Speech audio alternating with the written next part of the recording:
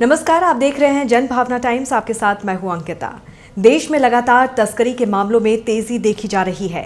तस्करी किसी सामान यानी कि सोने चांदी का हो या फिर नशीली चीजों का, सभी तरह की तस्करियां बढ़ चुकी हैं। सरकार के लगातार प्रयासों के बावजूद इस पर पूरी तरह से लगाम नहीं लग सका है।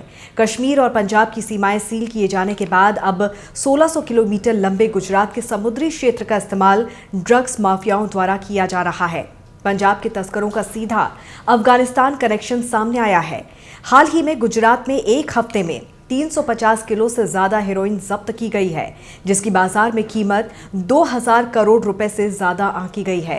28 अप्रैल को ही जांच एजेंसियों ने 90 किलोग्राम हेरोइन पकड़ी है। इसे 9760 किलो धागे के कंसाइनमेंट के साथ छिपाकर लाया जा रहा था। यह हेरोइन गुजरात के पीपावाव बंदरगाह पर पकड़ी गई थी। वहीं पिछले साल 13 सितंबर को गुजरात के मुंद्रा बंदरगाह पर जब डायरेक्टर ऑफ रेवेन्यू इंटेलिजेंस ने 3000 किलो हेरोइन पकड़ी तो देश की तमाम सुरक्षा एजेंसियां हिल गई। पंजाब के ड्रग तस्करों का इस खेप में पूरा हाथ था और उन्होंने ये हेरोइन मंगवाने के लिए पंजाब से सटी पाक सीमा नहीं बल्कि समुद्री रास्ता अख्तियार किया था। अब देश के बंदरगाहों पर होने वाली तस्करी को रोकने के लिए स्कैनिंग की व्यवस्था और पुख्ता किए जाने की तैयारी है। कस्टम विभाग बड़े बंदरगाहों पर रेल स्कैनर लगाने की योजना पर तेजी से काम कर रहा है। अधिकारियों की माने तो रेल स्कैनर्स की मदद से रेल रैक्स पर लोड हुए कंटेनर्स की सघन जांच संभव हो सकेगी। साथ ही स्कैनिंग में लगने वाले समय में भी काफी कमी आएगी।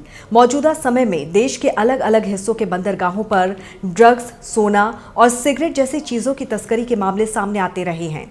पिछले महीने गुजरात के कांडला बंदरगाह पर ईरान के बंदर अब्बास पोर्ट से आ रही 2005 किलो हेरोइन की खेप पकड़ी गई थी, तो वहीं पिछले साल सितंबर में मुंद्रा बंदरगाह पर 3000 किलो हेरोइन पकड़ी गई।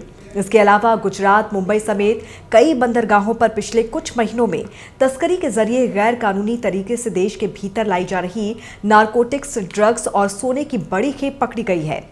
ऐसी ही घटनाओं के बाद कस्टम विभाग देश के बड़े कार्गो बंदरगाहों पर रेल स्कैनर लगाने की योजना बना रहा है।